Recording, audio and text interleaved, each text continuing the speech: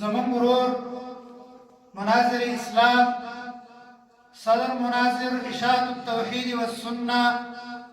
مولانا نعمت الله صاحب چې کومې خبرې وکړلې انتهایی د قدر وړ خبرې وي او ډېرې بهترینې خبرې وي تاسو واورېدلې زما په خیال د هغې نه وروستو زما د خبرو کولو ضرورت هم نشته خو بیا هم د ملګرو په اصرار باندې تاسو سره یو څو خبرې کوم زه د خپل مشر ورور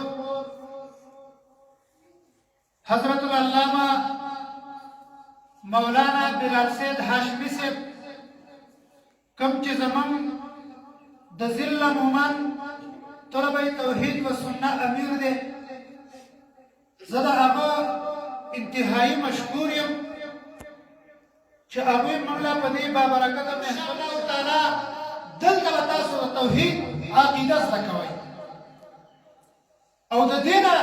انشاءالله تاسو ته بل بهترین ځای نشي میلاویدلی تاسو چې عقیده د توحید زده کوئ د سنت زده کوئ هغه به انشاءالله تعالی تاسو دلته زده کوئ او زمون مشر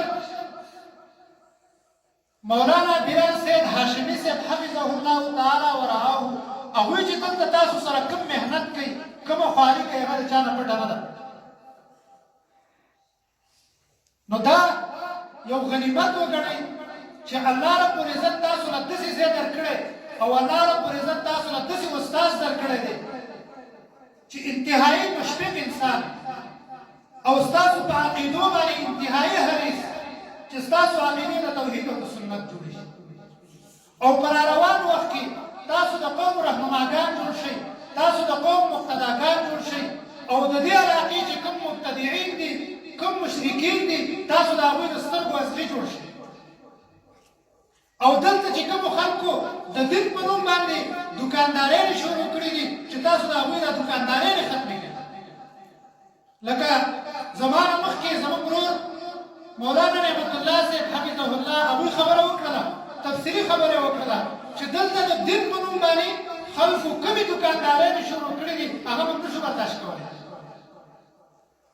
او انشاءالله تعالی دلته به ستاسو تربیت او تربیت به تاسو نه درکولی کېږي دا جرأت او دا بهادري به انشاءالله تعالی تاسو نه دلته درکولی کېږي چې تاسو به دغه دوکاندارۍ ورانوئ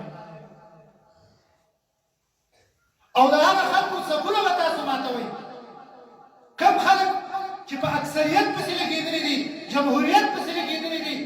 خپله پارټي غټوي ووټ پسې لګېدلي دي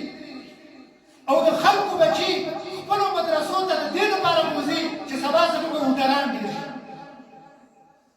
نو د دې نه به ګوره ځان ساتئ کم خلک چې ووټ پرست خلک دي د هغه خلکو نه به ځان ساتئ